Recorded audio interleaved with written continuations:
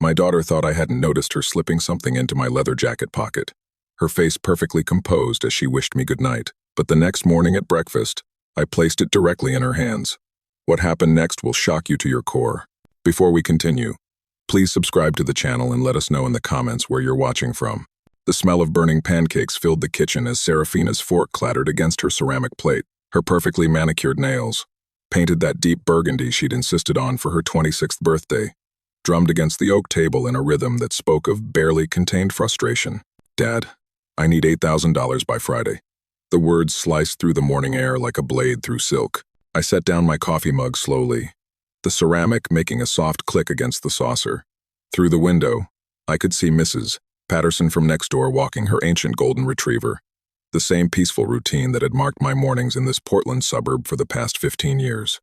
Everything appeared normal, yet something fundamental had shifted in my kitchen. 8,000?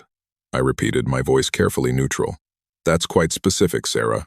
She shifted in her chair, her emerald green blouse catching the morning light streaming through the gauze curtains. Seraphina had always been beautiful, took after her mother Vivian in that regard, but lately, there was something desperate lurking behind those hazel eyes, something that reminded me of a cornered animal. "It's for the photography studio," she said quickly. Too quickly. "You know, the one Damien and I have been planning? We found the perfect location in the Pearl District, but we need to move fast." Damien, her boyfriend of 2 years, a struggling musician who seemed to specialize in elaborate schemes rather than actual music.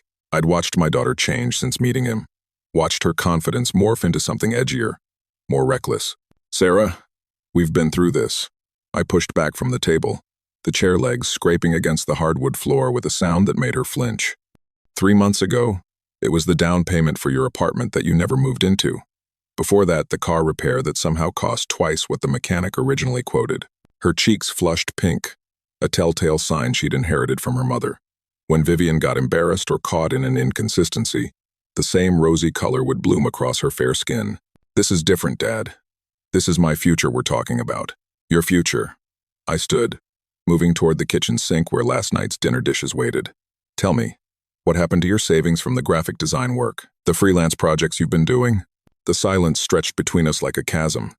Outside, a garbage truck rumbled past, its mechanical groaning filling the space where her explanation should have been. The weight of single parenthood had never felt heavier than in moments like these. I dried the breakfast dishes with mechanical precision, each motion a meditation that kept my hands busy, while my mind wandered through the labyrinth of our shared history. Vivian had been gone for 8 years now. Cancer had taken her swiftly, ruthlessly, leaving me to navigate the treacherous waters of raising a teenage daughter alone. Seraphina had been 18 then, just starting college, full of dreams about becoming a renowned photographer like Annie Leibovitz. I'd supported those dreams with everything I had. The Portland rain began its familiar percussion against the kitchen windows as I stacked the clean plates.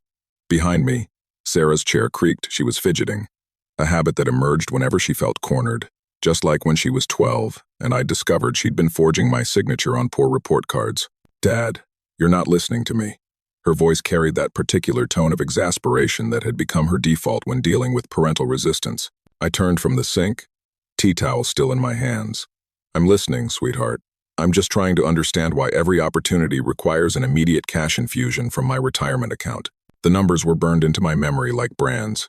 14,000 for her college photography equipment, top-of-the-line cameras, lenses, lighting gear that now gathered dust in her apartment. 7,000 for the essential study abroad program in Italy that she'd quit halfway through, claiming the professors didn't understand her artistic vision. Another 12,000 when I'd sold my vintage Indian motorcycle, a 1969 Chief I'd restored after Vivian's death to pay for the wedding photography business she'd started and abandoned within 6 months. That motorcycle had been my therapy, my connection to freedom during the darkest period of grief. Every weekend spent polishing chrome and adjusting carburetors had been meditation, healing. I'd planned to ride it across the country someday, following Route 66 like Vivian and I had always talked about. Instead, it became another sacrifice on the altar of my daughter's endless emergencies. My engineering consulting firm provided a comfortable living, but at 62, I'd begun thinking about slowing down, maybe taking that cross-country trip in a rented RV instead. Those dreams felt increasingly distant as my daughter's financial emergencies mounted. "This time it's real, Dad. Damien has connections in the art world. He knows gallery owners, collectors. This studio could be our breakthrough." "Damien's connections?" I'd met these mysterious contacts at Sarah's birthday party 3 months ago. A collection of wannabe artists and trust fund bohemians who spoke in pretentious riddles about disrupting the visual narrative while consuming expensive wine on my dime. I hung the tea towel on its hook, choosing my words carefully. Sarah, what happened to personal responsibility? Your mother worked 3 jobs to put herself through art school. She never expected handouts. Don't. Sarah's voice turned sharp. Don't compare me to Mom. Things were different then. Maybe they were, I said quietly. But integrity never goes out of style. The Portland morning had shifted into that peculiar gray that made the city feel wrapped in cotton. I poured myself another cup of coffee, buying time to process the conversation that felt increasingly familiar yet somehow more urgent than previous requests. Seraphina sat across from me, her photographer's eye unconsciously composing the scene the way morning light filtered through our gauze curtains, casting soft shadows across her face. Even in distress, she saw the world through artistic frames. It was what made her talented and, perhaps, what made her so impractical. Look, Dad, she began, her voice softer now, adopting the tone she'd used as a child when asking for extended bedtime stories. I know I've made mistakes before. The Italy thing, the wedding photography business that didn't work out. But I've learned from those experiences. I settled back into my chair, studying my daughter's face. The determination in her hazel eyes reminded me so much of Vivian when she'd set her mind to something. My late wife had possessed the same stubborn streak, the same unwavering belief that the next opportunity would be the one that changed everything. What exactly would this studio offer that existing photography spaces don't? I asked, genuinely curious despite my reservations. Her face brightened, and for a moment, I glimpsed the enthusiastic young woman who'd once shown me her first roll of developed film, practically vibrating with excitement over shadows and light composition. We're talking about a full-service creative space, not just photography, but multimedia installations, collaborative art projects. Damien has this vision for combining visual art with musical performance, creating immersive experiences that challenge traditional gallery concepts. The words flowed from her with practiced fluency, as if she'd rehearsed this pitch multiple times. I found myself wanting to believe in her vision, in the possibility that this time would be different. And Damien's role in this venture? He's the creative director. He understands the Portland art scene in ways I'm still learning. Plus, he has experience with event planning and marketing that I lack. I sipped my coffee, considering. Outside, the garbage truck had moved on, leaving the neighborhood in peaceful quiet. Mrs. Patterson and her golden retriever had completed their circuit and disappeared around the corner. Sarah, I want to support your dreams. You know that. But I need to see a business plan, market research, something concrete beyond enthusiasm and Damien's supposed connections. She leaned forward eagerly. Of course. We've been working on all of that. I can have everything together by this afternoon. Financial projections, competitive analysis, the works. Her quick agreement surprised me. Usually requests for documentation were met with artistic temperament and accusations that I didn't trust her vision. All right, I said carefully. Show me what you've prepared and we'll discuss it seriously.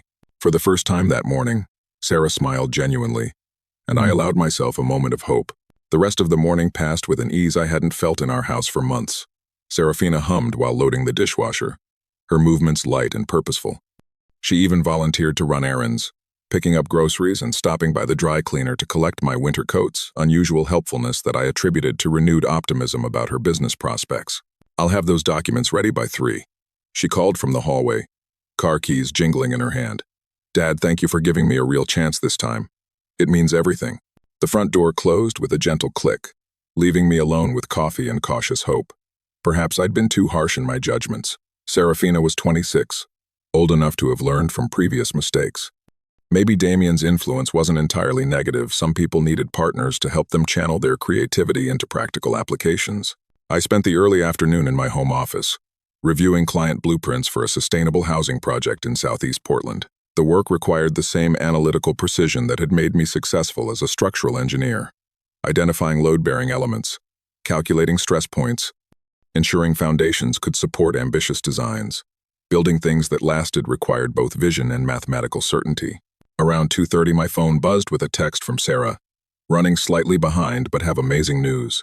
Can't wait to share everything with you. Home by 4 with all the paperwork. Love you. The enthusiasm in her message was infectious. I found myself looking forward to our meeting, imagining what it might feel like to genuinely support one of my daughter's ventures instead of reluctantly funding another expensive lesson in disappointment. Vivian's photograph smiled at me from the bookshelf, frozen in the moment I'd captured her at Crater Lake during our honeymoon. She'd believed so fiercely in people's potential, sometimes to a fault. Give her room to succeed, I could almost hear her saying. Trust doesn't always require proof. At 4:15, Sarah burst through the front door carrying a leather portfolio and wearing the kind of radiant smile that transformed her entire face. She looked younger, more like the girl who'd once dragged me to every photography exhibition in the city, chattering excitedly about composition and lighting techniques. Dad, you're going to love this, she announced, spreading documents across the dining room table. We've thought of everything: market analysis, revenue projections, even contingency plans for seasonal fluctuations in the art market. The paperwork looked professional, filled with charts and graphs that demonstrated serious research.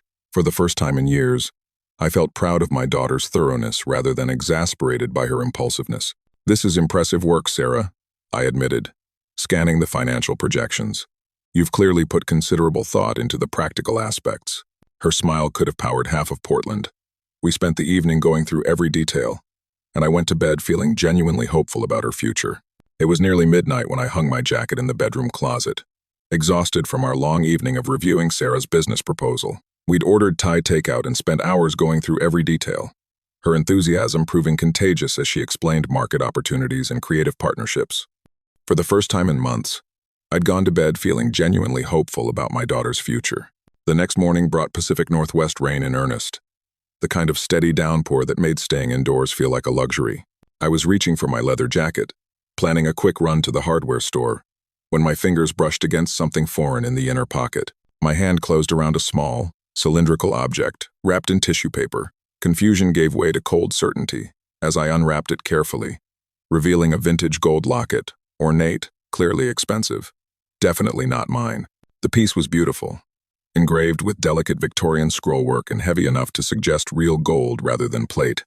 I opened it carefully, revealing a faded sepia photograph of a young woman in early 1900s dress. This wasn't costume jewelry or some forgotten trinket. This was an antique worth serious money. My mind raced through possible explanations, each more troubling than the last. Had Sarah found this somewhere? Bought it as a surprise gift? The tissue paper suggested concealment rather than presentation, and the careful placement deep in my jacket's inner pocket felt intentional, secretive. I walked to my computer and performed a quick internet search for stolen antique jewelry Portland. The third result made my stomach drop. Historic locket stolen from Alberta Arts District Antique Shop, 12-0 reward offered. The photograph showed the exact piece I held in my trembling hands. According to the article, it had been taken from Morrison Street Antiques 2 days ago, during business hours while the elderly shop owner was helping other customers. Security cameras had captured a figure in dark clothing, but the face wasn't clearly visible. 2 days ago, the same day Sarah had volunteered to run errands and pick up my dry cleaning. I sank into my desk chair, the locket feeling suddenly heavier in my palm. The timing was too perfect, too convenient. Sarah's newfound helpfulness, her insistence on handling my errands, the way she'd specifically offered to collect my winter coats, including this leather jacket. My phone buzzed with a text from my daughter. Good morning. Hope you slept well. Can't wait to hear your decision about the studio funding.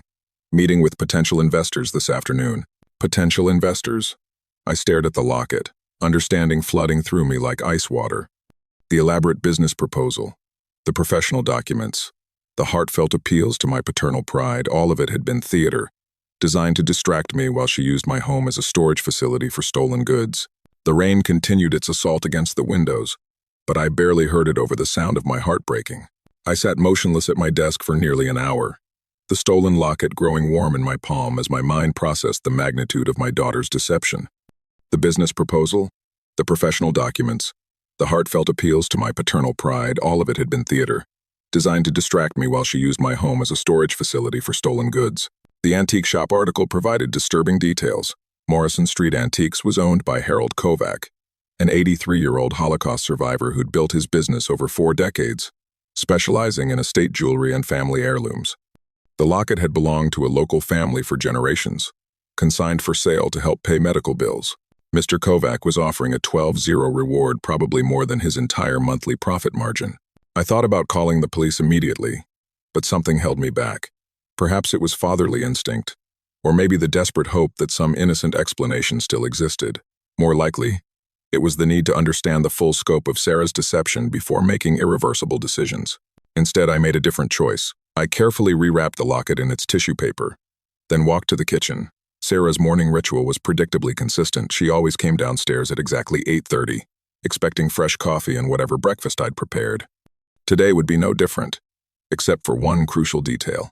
I placed the wrapped locket next to her usual coffee mug, positioning it where she couldn't miss it. No hiding, no subtlety, no games. If she was going to use me as an unwitting accomplice, she could explain herself directly to my face. The coffee finished brewing as I heard her alarm go off upstairs. Soon footsteps would sound on the stairs, and my daughter would walk into a conversation that would change both our lives forever. I thought about all the mornings we'd shared in this kitchen. Pancake breakfasts before her high school photography competitions, coffee and toast during college breaks when she'd tell me about her classes and professors, the quiet meals after Vivian's death when we'd learned to be a family of two. All those memories felt contaminated now by the knowledge that the daughter I'd raised, supported, and believed in had been willing to make me an accessory to theft. The business plan still lay scattered across the dining room table charts and graphs that represented either elaborate deception or genuine hope corrupted by desperation. My phone sat nearby, Harold Kovac's number just a few keystrokes away. But first, I needed to hear the truth from Sarah herself. I needed to understand how we'd reached this moment, and what she'd been thinking when she decided to hide stolen goods in my jacket. The footsteps sounded on the stairs. 8:30 exactly, just like every morning for the past 26 years. Seraphina appeared in the kitchen doorway at exactly 8:30, wearing silk pajamas and that particular expression of sleepy contentment she'd inherited from her mother. Her hair fell in loose waves around her shoulders, and she moved with the unhurried grace of someone who believed herself completely safe. "Morning, Dad," she murmured, padding barefoot across the hardwood floor toward her usual seat at the breakfast table. "Smells like you made the good coffee today." I remained standing by the counter, watching as she settled into her chair and reached automatically for her mug. Her fingers stopped midway, hovering over the tissue-wrapped package beside it. "What's this?" she asked, her voice carefully neutral. "I think you know exactly what it is." The transformation in her expression was subtle but unmistakable. The sleepy contentment evaporated, replaced by sharp alertness. Her photographer's eye had always been quick to assess situations, and she was rapidly calculating angles, escape routes, explanations. She unwrapped the locket slowly, her manicured fingers precise despite the slight trembling I noticed in her hands.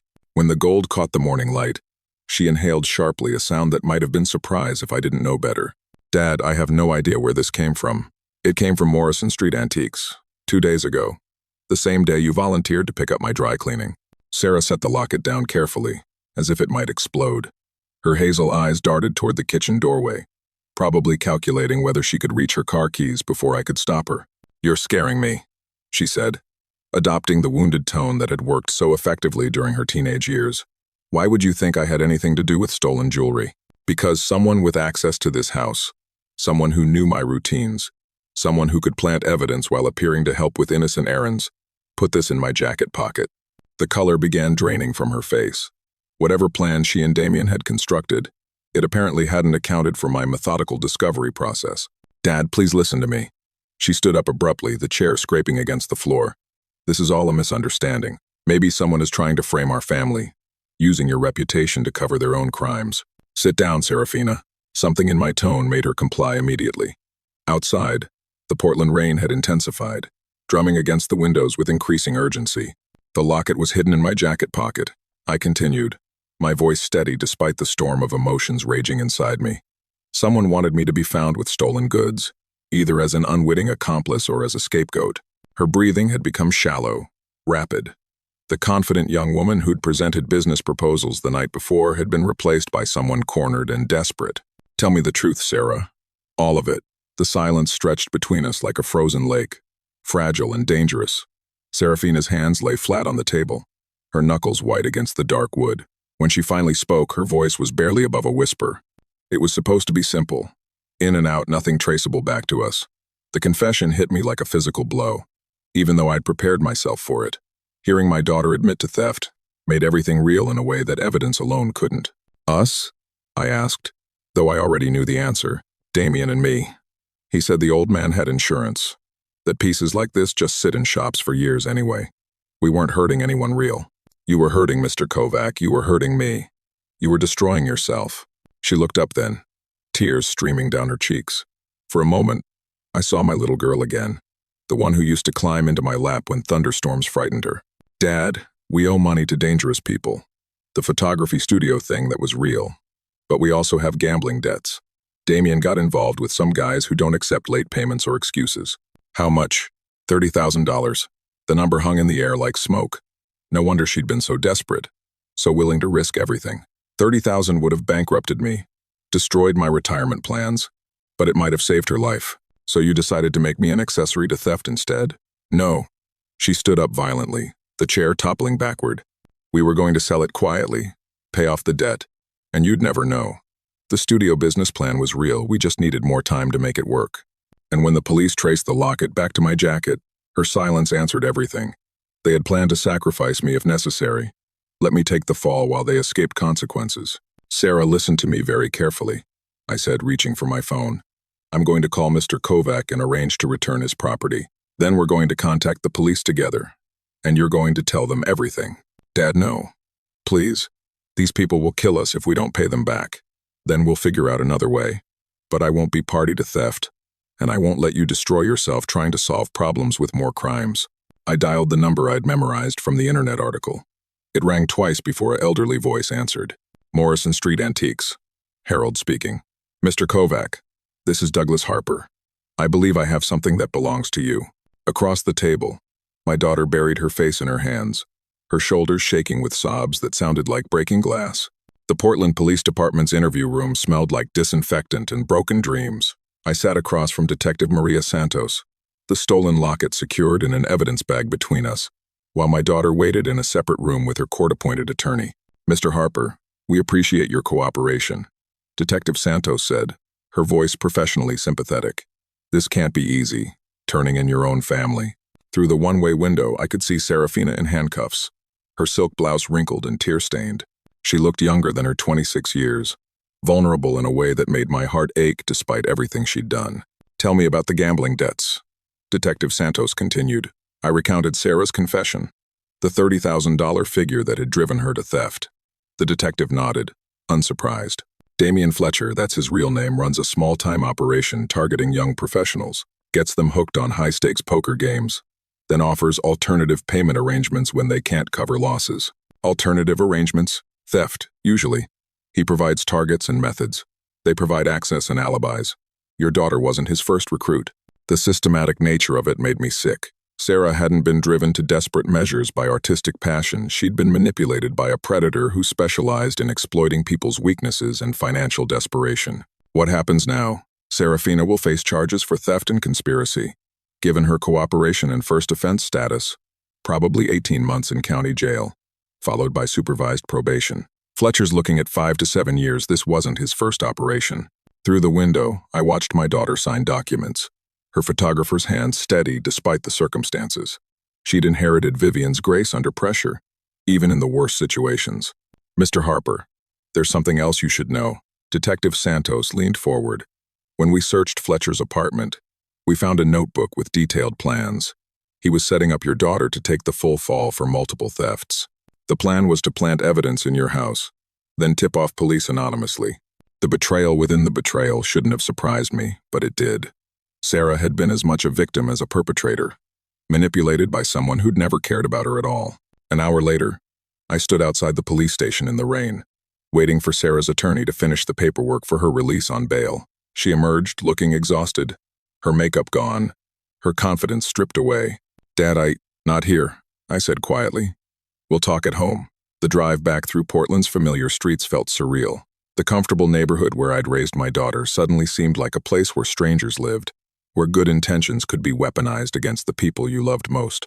But perhaps, I thought, this was where real healing could finally begin. The house felt hollow when we returned, as if the morning's revelations had somehow drained the warmth from rooms that had once represented safety and family. Seraphina sat at the kitchen table where we'd shared breakfast and dreams just hours earlier, the stolen locket now replaced by legal documents and the harsh reality of consequences. How long have you been gambling? I asked, settling into my chair with coffee that had grown cold and bitter. 6 months, maybe 7. Damien introduced me to his poker group. Said it was networking for artists. The games were small at first, $20 or $30 buy-ins, just for fun. She traced patterns on the table with her finger, avoiding my eyes. Then the stakes got higher, and I started winning big, enough to make me think I could solve all my financial problems at once. The progression was predictable. Textbook addiction behavior that I recognized from engineering risk assessments. Small investments leading to larger gambles. Early successes masking systemic failure. Escalating commitment to flawed strategies.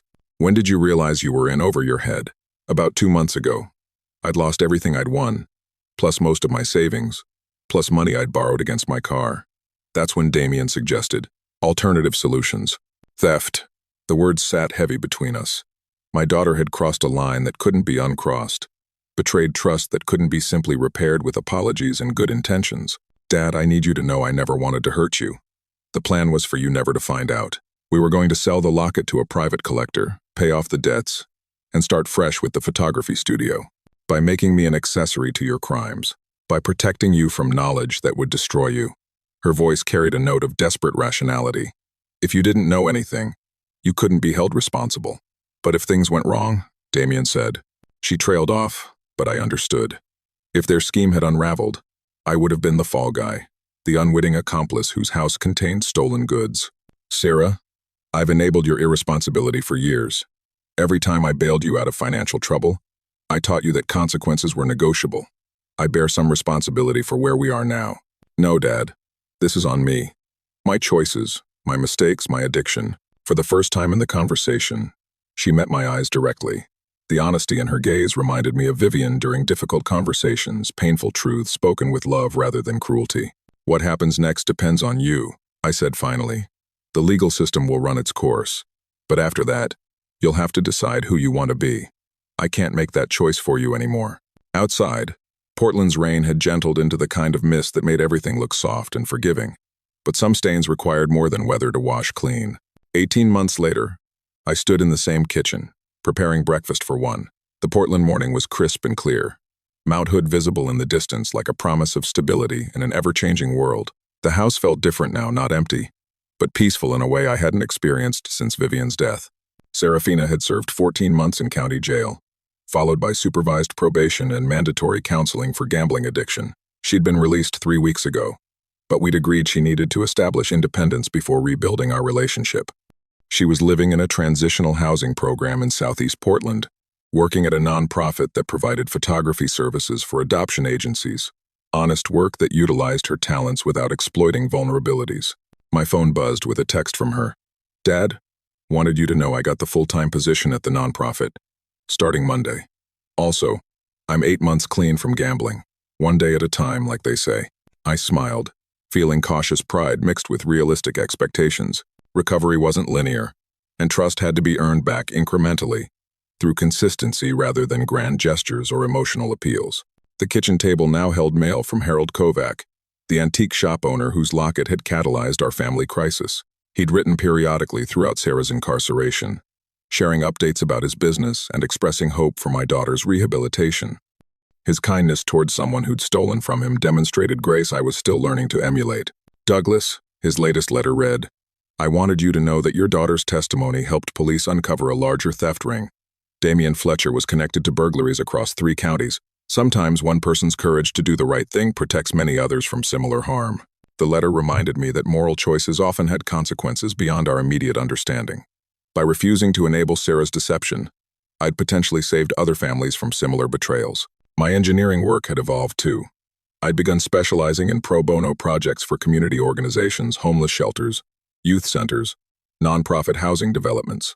Building things that mattered for people who needed them felt like a worthy use of whatever time I had left. A knock at the front door interrupted my reflection. Through the window, I saw a young woman with familiar hazel eyes, holding a small wrapped package. Hi, Dad, Seraphina said when I opened the door. She looked healthier than she had in years, clear-eyed, steady, genuinely present in a way addiction had stolen from her. I brought something for you, she continued, extending the package. It's not much, but it's honest work. I printed and framed one of my photographs from the adoption agency project. Inside the wrapping was a black and white portrait of an elderly man reading to a child, simple, beautiful, capturing a moment of pure connection between generations. It's lovely, Sarah. Really beautiful work. Dad, I know we have a long way to go, but I wanted to thank you for choosing my well-being over my comfort. Standing in my doorway, embracing the daughter I'd almost lost to addiction and crime, I reflected on the hardest lesson parenthood had taught me. Sometimes the most loving thing you can do is refuse to enable the people you care about most. The morning sun cast long shadows across my Portland neighborhood, illuminating the same streets where I'd once pushed Sarah on her first bicycle, celebrated her high school graduation, and watched her dreams slowly dissolve into desperation.